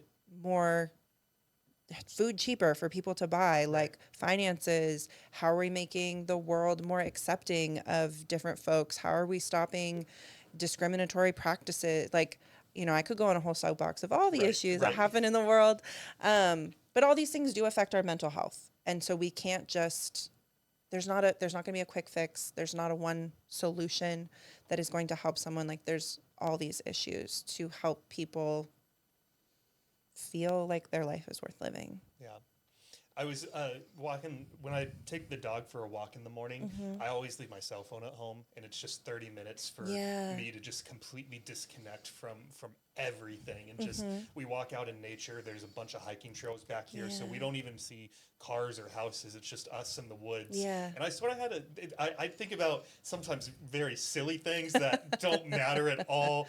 Other times I think about things that are bothering me. But a couple weeks ago, I did have a very similar thought pass through my mind of why are we so worried about getting into space? Yeah. When there are people on the planet right now who don't even have access to clean water. Right. Let's solve the water crisis. Right. And then we can get up to space later. But yeah, it's I don't have anything really definitive to end that with, except I just have weird thoughts when I'm walking Thad. So with that being said, I have sort of a vague question, and then what will be hopefully more a specific one. So this can be this can be a little disheartening, right? This is not positive data that we are looking at. As you think about all of your teens and whatnot, why do you feel hopeful for them? Why do I feel hopeful? It's funny because I have been described by some people who are close in my life as pessimistic and negative, and I don't think that's wrong. And I am hopeful. I don't know, my work, as hard and as challenging as it is, I I am hopeful. I get to work with really amazing people, young people with so much, and I don't know, like, is this like super cheesy to say and vague, but I truly mean it, that I love working with the young people that I work with, because sometimes they come in and they talk about things that are really exciting to them, and it's like, oh, like, I'm so excited for you. I get to share in that excitement. Um, they are so smart and creative, and just like, I can definitely rag on Gen Z and, be a millennial and have that fight. But I love young people, and, the naivety of being a teenager and not totally understanding housing prices, or they're like, yeah, I want to live in my apartment downtown Austin. I'm like, okay, good luck. It's a little expensive. A little bit. Yeah, and it's okay that you don't understand that yet because you're 14. You Right. don't need to understand that. But yeah, so just I think the general interactions that I have, there are, even in hard sessions, I get to see silliness or playfulness or some bit of an excitement or something that gives me hope. I see a lot of passion in young people. They know so much more than I did when I was their age, like, just about differences and understanding people who are different from them, way more than I did as a young person. And I think on top of all of that, especially now that I work in private practice and I've been doing it for a little over a year now, whereas previously I would work with someone for maybe like 6 to 8 weeks. It was much more short term. I get to see growth and progress, and I have some young people, more so like on the upper end, like 18 years old, who it's like, I've heard about, or I've seen where you were, and I see where you are now, and you have grown so much. And just the pride I feel for these people who have overcome some serious obstacles, who have been suicidal, who have struggled with school, who have felt like they don't fit in, and they now just, they still have challenges that never goes away, but they have so much emotional intelligence and skills and an outlook on life that is, that, we didn't know was going to be possible when, a year ago or a couple years ago, when they were really struggling. And so to see that growth is, I just feel so blessed and grateful to get to experience that. Yeah. Yeah. Yeah. That was beautifully said. And Thank you. thank you so much for sharing that. Because I was thinking about, I knew I was going to somehow frame that question, but I Yeah. wasn't sure how. I was like, don't write that one down. Just wing it in the moment. And I feel like I didn't set you up for success, but then you just knocked it out of the park. So well done. Thank you. Thank you. I don't know if this is a great segue or not, but then I told you I was going to ask you sort of a vague question, then I was going to Yeah. follow up with something much more concrete. Yeah. Dialectical Behavior Therapy, DBT. Yes. I had never heard of that before Yeah. I got on the website and saw it Yeah. as one of your specialties. What is it? So, well, if you ask the young people I used to work with, they call it diabolical brain torture. So, Good for you guys. yeah. Yeah. So we used to run groups with it. And yeah, young people, they hate it. And I love that they hate it, because I'm like, it sucks and it's great. It is a behavioral type of therapy that is there's really a lot to it. So like I have a friend and previous coworker who actually worked for Austin DBT Associates, which is a big practice in Austin that specializes in DBT therapy specifically. So they have DBT run groups that are focused on skills every week. They have DBT therapy sessions, which traditionally are very structured. You come in with like reviewing your behaviors for the past week. You kind of assess what's been going on. You talk about coping skills, and then you kind of go through the remainder of the week or however often you meet with your therapist, trying to kind of utilize those coping skills. So the kind of the homework. There's a little more homework involved. Um, and it is a type of therapy that's a little more unique in that you can there's a little more contact between the therapist and the client throughout the week. So like if you're in a crisis and you're feeling very suicidal, you can text your therapist and they're going to be available within a specific amount of time. Whereas like for myself, the days I'm off, the days I'm off. I'm not as accessible. And those are my own personal boundaries. But with DBT, that's an expectation. Um, so there's a lot more that I could say and a lot more I couldn't say because I don't fully know. But the part of DBT that I really like is it is a therapy. It was originally developed for people with high, what's the word? High emotional reactivity. So specifically, it works really well for folks who struggle with borderline personality disorder, which is more of an adult disorder, and there's a lot that could go into that. But I really like to utilize the skills of DBT in my sessions with folks who struggle with anxiety, who struggle with anger, possibly, who struggle with self-harm and suicide, because it's what I tell folks in my consultations is it's like a toolbox of skills that we can process. And I think processing is great and understanding, but then I can go, okay, hey, when you go to school tomorrow and you feel really anxious, and maybe we do a lot of like rating, when your anxiety is an 8 out of 10, or when it's a 6 out of 10, how can we stop it from getting to an 8 out of 10 or slow it down? And let's try this breathing exercise. Let's try utilizing cold temperature like ice on your chest or your forehead to help regulate your body. Let's utilize this check the facts skill where we kind of reflect on our own emotional experience and we go, okay, is this a normal reaction or an appropriate reaction, or am I overreacting? And then how do I regulate that one? I'd never like sharing it too quickly because it can be super invalidating sometimes, and that's not the goal. But it's basically a lot of like really concrete skills that people can utilize in their day-to-day life to help regulate their emotions when their body is just naturally, and that's part of the DBT kind of theory. Some people's bodies and brains are just more emotionally reactive than others, and they've been like that since they were babies. Some babies are really chill and happy and yada yada, and they cry a lot, and so that there's a biological component there. So yeah, tools to help us regulate and manage and get through life, because life can be really shitty. It's funny because I need to look at dialectical behavior therapy, but I'm not going to forget diabolical brain therapy. I love that.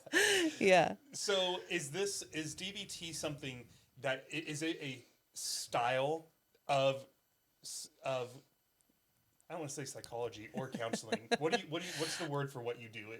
The of therapy? Yeah. It's a theory, a therapeutic theory, I guess.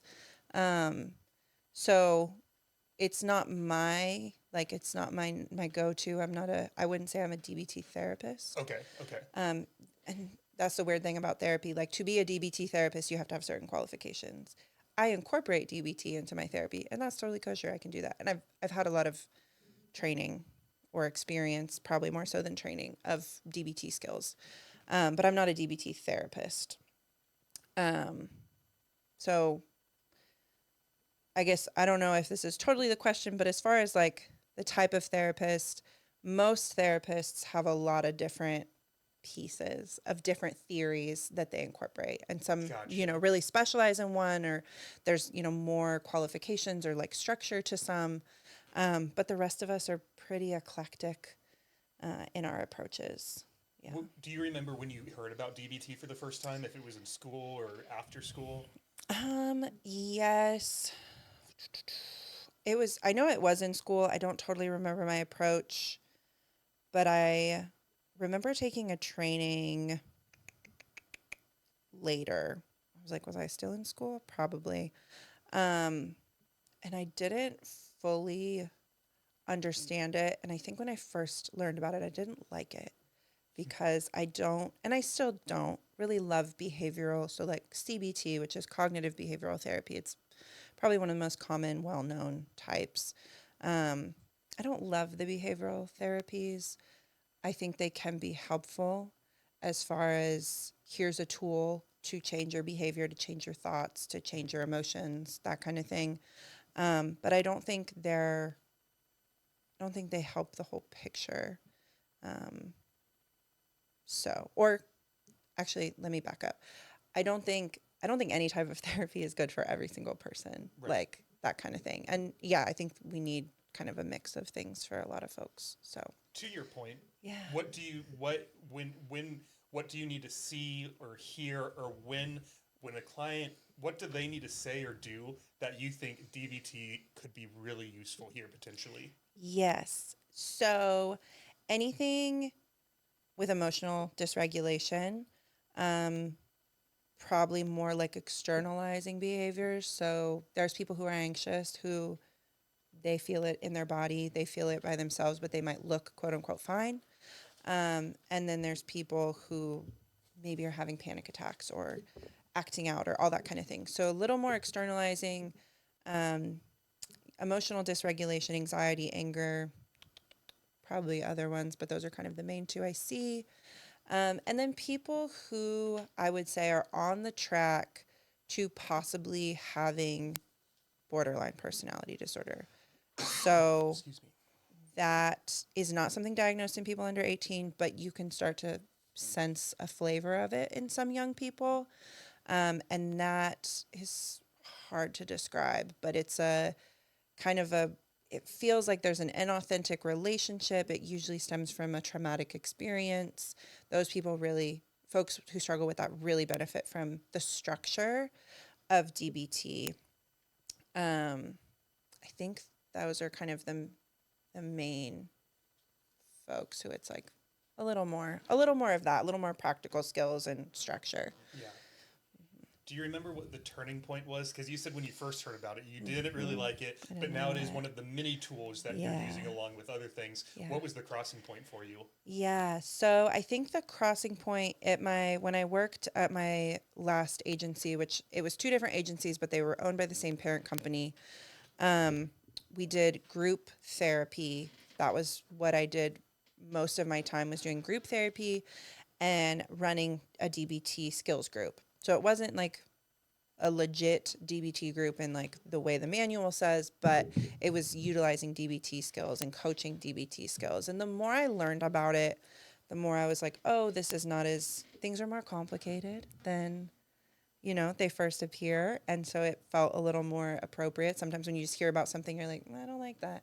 But I was like, oh, there's more to it. So I liked that. I was able to see how clients benefited from it. And I always loved when clients who did benefit from it would talk about it in group and be like, actually, yeah, what she's saying is right. Because I'm like, yeah, see, you have way more influence than I do as the adult in the room. And yeah, and I love coming in. I can do this a little in individual, but I used to do it a lot in group, and people would be like, DBT, I hate DBT. And I was like, I know, it sucks, right? But I also love it. And so really kind of gassing it up a little bit was just, yeah, it was fun. Yeah. In terms of DBT, is there anything else that you would specifically like to talk about? Um, Probably so many things. There's like so many elements of it that are great.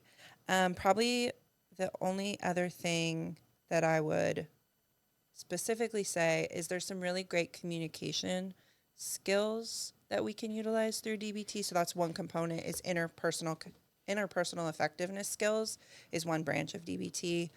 And there's a skill that everyone hates called Dear Man. And if folks are familiar with it, I'm sure you're groaning, but it's an acronym because DBT loves acronyms. And I would always call it I statements advanced. And it's a skill. I won't go through the whole thing because it'll get too complicated because Dear Man is kind of a long acronym. 7 letters. Yeah. DERMAN. Yes. Okay. Yes. And it's basically like I feel like an I statement. I feel blah, kind of identifying the facts of the situation, identifying our feelings, asserting what we want or what we need. That could be saying no, like, no, I feel uncomfortable when you give me a hug. I would like to not have hugs anymore. And then kind of the MAN of it is kind of not so much how, it's like the how to do it, not the what to do. That's what it is. So the DEAR is the what to do and the man is the how to do it. So like being really mindful and staying on topic. So a lot of conflicts, arguments we have with people, sometimes we end up in a spot where like, what did we start arguing about? And a big component of DBT is we're talking about hugs. So I don't want to talk about this or me doing the dishes or something else. I want to talk about how I don't want hugs. And I'm going to stay on that topic. Acting confidently, and then also being willing to negotiate if that's appropriate. So I kind of got into it. But basically, there's some good communication skills in DBT, not just regulatory skills, that can help us communicate our boundaries and communicate effectively and know how to approach interpersonal situations. Is DBT something, a lot of us might not have access, to your point earlier, to therapy. Is DBT something that you would encourage or discourage someone to jumping onto YouTube or Google and saying, I'm going to go discover what this is for myself? It sounds super interesting and I'm going to practice this therapy on my own. Would you advise that, or maybe not so much? I actually think that it is something that people could explore on their own and test out. I don't know if I should say this, but the DBT skills manual, both for adolescents and adults, is available online for free. If you Google the PDF, you can find a PDF. You don't have to buy it. There's resources out there. Cool. And yeah, there's lots of videos. There are a lot of resources for it. It is a more common therapy. And I think it's even just like a worksheet, like practice breathing exercises. Like it's pretty self-explanatory. So yes, I would encourage folks to specifically looking at the skills, that portion of it can be, I think you can take them and kind of run with them on your own. Okay, cool. So, yeah. I have a few follow-up questions for you, but before we get into those, is there anything else that you wanted to talk about specifically while you're here tonight? I could probably talk about 1,000 things. I love to talk. If you want to come back for round 2, you're more than welcome. Thank you. And we could put together a whole list of completely other topics. So, thank you. Yeah, of course. Yeah, I think the one thing, and I'll try and be somewhat brief because I could go on a long tangent about this, is kind of going back to social media a little bit. Yeah. I love that folks are more aware of mental health through social media. I love the access that provides. And it can be a bit of an issue in the sense we see it now of people doing a lot of self-diagnosis. Is self-diagnosis always a bad thing? No, it is not. And that actually really kind of sticks to my point of social media and mental health is things are not black and white. Things cannot be explained in 30 or 60 seconds and be concrete. That's just not how life works, and that's not how people work. So without getting too into it, because I have a lot of thoughts and feelings. We can get into it. Okay. Find people who are on social media who talk about autism, who talk about OCD, who have a greater understanding of these things. just because you relate to something does not mean you have it, because there's a like a fallacy or something that exists in science, and I don't remember what it's called, where we see something and we go, oh, that's me. Like we relate to it. So we do that as humans. But yeah, I'm really cautious, and I have a lot of discussions with my friends and colleagues about how mental health is displayed on social media. And currently the trend is everyone's autistic. That's trending right now? Yeah. Like everyone's like self-diagnosing themselves on social media of like, oh, I do this too. I must be ADHD or I must be autistic. Or, oh, if you turn on the big light in your house rather than like the lamps, then you're neurodivergent, or not neurodivergent. If you turn on the lamps and you hate the big light, you're neurodivergent. All of that kind of thing. And I love, again, it's not black or white. I love that people are able to explore like, oh, is this why my brain is different, or I feel different, or I struggle with certain things? Love that. Love the exploration. But when we automatically like are self-diagnosing ourselves from someone that we saw on TikTok who made a 30-second video, that's when I have an issue with it. And then people are coming in being like, oh, I have this and this and this and this. And it's like, whoa, let's slow down. With all of that, I always encourage people to find people who are, who have some sort of experience, possibly licensure, a little more, I don't know, background than just Credibility? credibility. Yeah. Thank you. A little more credibility. And I also, at the same time, recognize that having credibility takes a certain degree of access, and we have systems that are put in place, like traditionally psychology research has been done by older white men. So I realize there's limitations in that of like who is able to get a psychology degree, what type of information and research is provided, and how things are oriented that way. And so I want to hold space for that. And also like someone's personal experience is one experience. Like if you're saying, well, I have autism, so I'm an expert on autism, or I have OCD, so I'm an expert on OCD, that is not necessarily accurate. I have seen so many people with the same diagnosis who present in very different ways and have very different experiences. And so just, yeah, I think like any social media, do a little more research. If you're able to access a professional, that's awesome. But don't just jump on the bandwagon of, oh, I have this diagnosis because some random person on TikTok said, put your fingers down, and I put 5 fingers down, so that must mean that I have this kind of thing. So, yeah. I appreciate that insight because, Yeah. as I think I probably told you in my original message, the way I pitched this to guests is we talk about business, fitness, and culture, and that is definitely something in our culture that I didn't really know was Yeah. happening right now.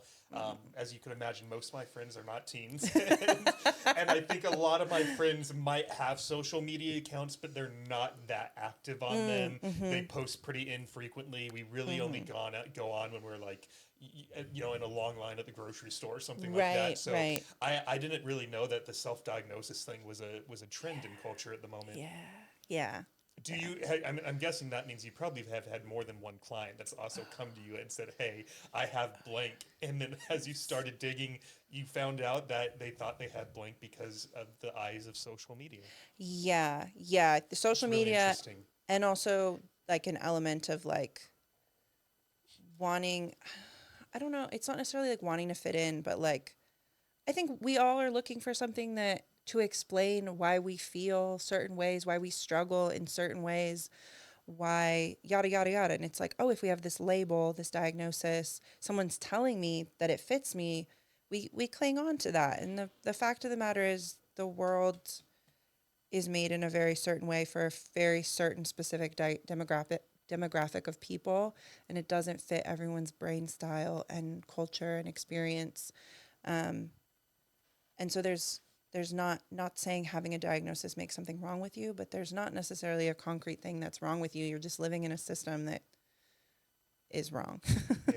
But yeah, definitely have had some people who have come in and been like, I think I have this. I'm like, let's slow down and let's look at that, because I see my job, if I'm going to give you a diagnosis, is like, let's find out what fits so you can actually get the services that you need. Yeah. There's a lot of intentionality there. That's interesting that we have some folks out there who are so desperate to feel like they fit into Yeah. any circle, and they can't find their place in one that whatever it is they're looking for, and then all of a sudden I've found my identity through ADHD. Like, Right. here's who I am. I finally have a word to assign to who David Right. is. Exactly. And again, it doesn't surprise me though, but it's sad to hear that that's one way that humans are finding their identity, is I can't find it in something that's a healthy base. So instead, I'm going to go find it through something else. Yeah. Yeah. Yeah. Any final thoughts on that? Um, I think To come see you if you live in Austin. come see Come me. see Kyla if you live in Austin. That's the final thought. Yeah, no.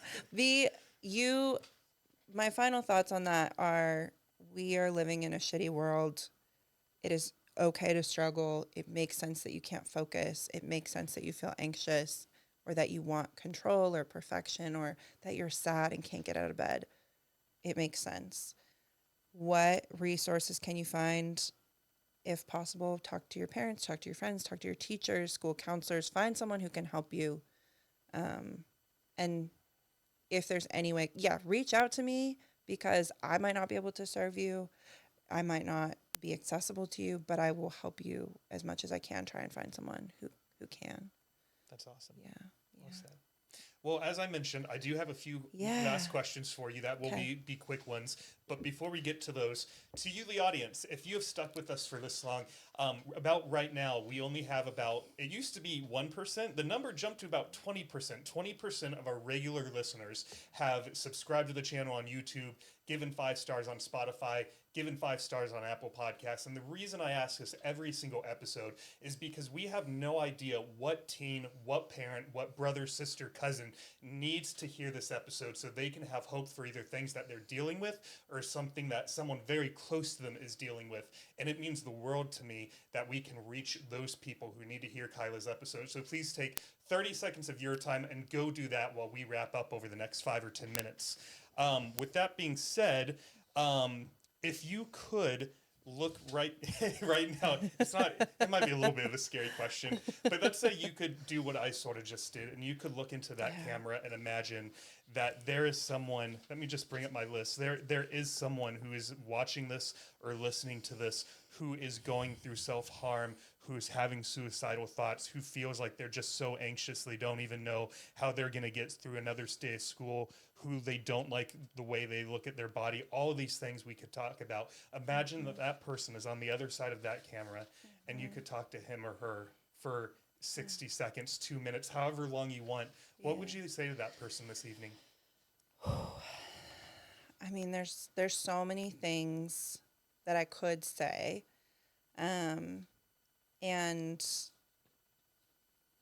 not necessarily knowing who you are or what you're going through, in my experience working with a lot of different people, is that you might feel alone, or you might feel like you're doing something wrong, or it's your fault that things are not going well, and things are usually much more complicated than that.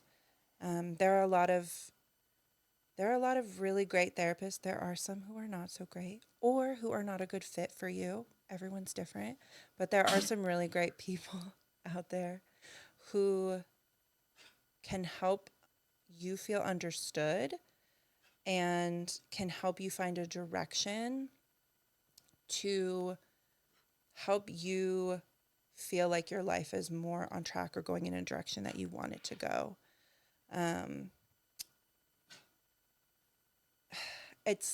It's so hard to be vague, because I feel like there's so many commercials and stuff that are like, you're not alone. Right. And at the end of the day, like, you might feel really alone, but there are people out there who can understand you.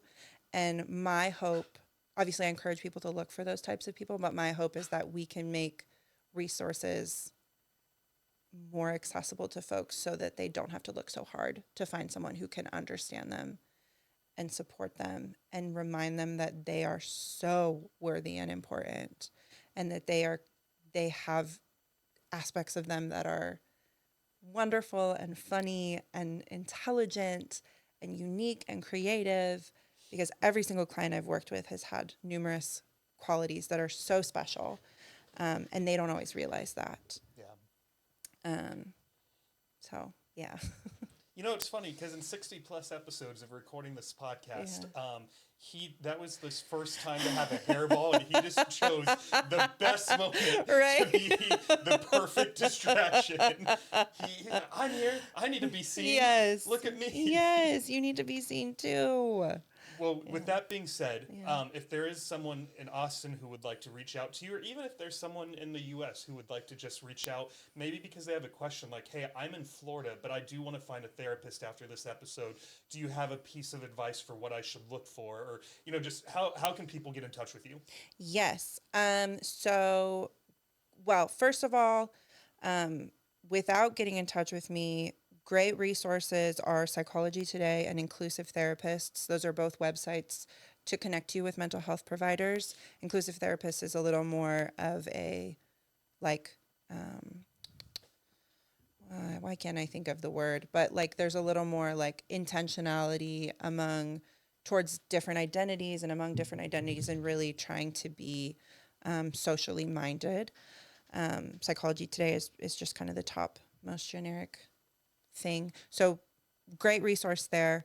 To reach out to me, you can find my page on AustinTeenTherapy.com. That is my practice's website. And then if you go to clinicians and look for the name Kyla, you can find my specific page. So I believe that's AustinTeenTherapy.com/Kyla, I believe is the URL. And then folks can also reach out to me via email. My email's pretty simple. Kyla, Kyla, at AustinTeenTherapy.com. That is my personal email. You can chat, ask questions. I check it. I'm not on it every day, so I gotta, also work with my clients and meet my own emotional needs. But I will get back to people. I always get back to people. And if I don't for any reason for several days, email me again, because sometimes things slip through the cracks. Not a lot, but it does happen. So yeah, that's how people, and Austin Teen Therapy does have an Instagram. I don't have a professional Instagram, but Austin Teen Therapy does, and they post some great stuff. That's awesome. Yeah. And I think the email is how I got a hold of you, right? Yes, and you that got back is. to me, I think, in under a week. It was Yeah. pretty, it may have Oh, been yeah. like even under 3 or 4 days. Yeah, It was fast. I try. I mean, I check it every week. I try to get back within 24 hours, but sometimes it's a couple days, but definitely within a week at the longest. Yeah. Like, if I'm putting it off that long, then I got to reevaluate some things I'm doing.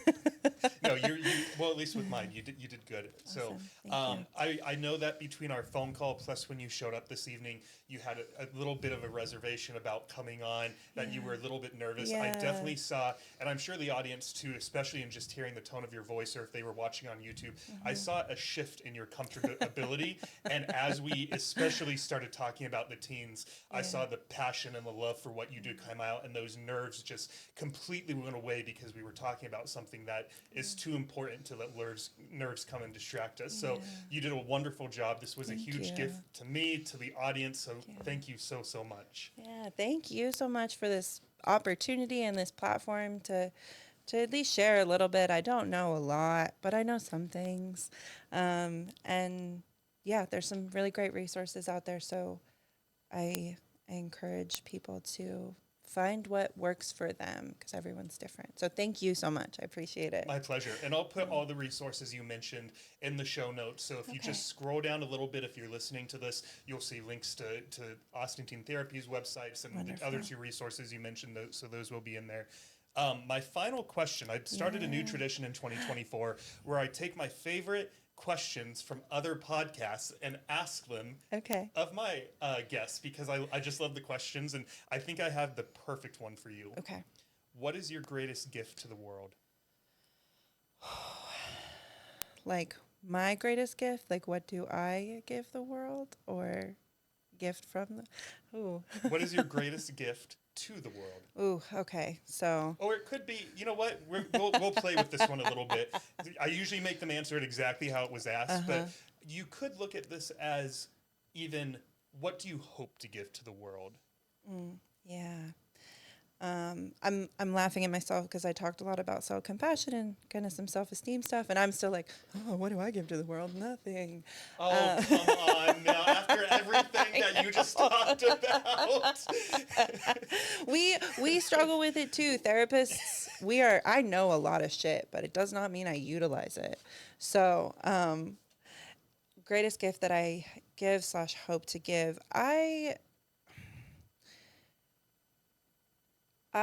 hope to, and I mean, I'm here talking about my work, but I am so passionate about my work. And so my answer is related to my work, and that I hope to provide space to people professionally, but also in my personal life to feel loved and connected and understood. Yeah. I mean, I hope people feel loved and connected and understood, because I think we all talk to people. We can, we most, if not everyone, has talked to one person in their life. Like, we have some social skills.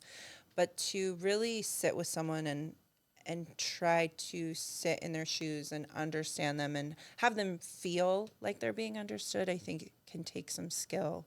And I don't always do it. I'm not perfect, but for the most part, that is my intentionality to give to the world, is for the folks that I interact with at least one point in our relationship, I want you to feel seen and understood.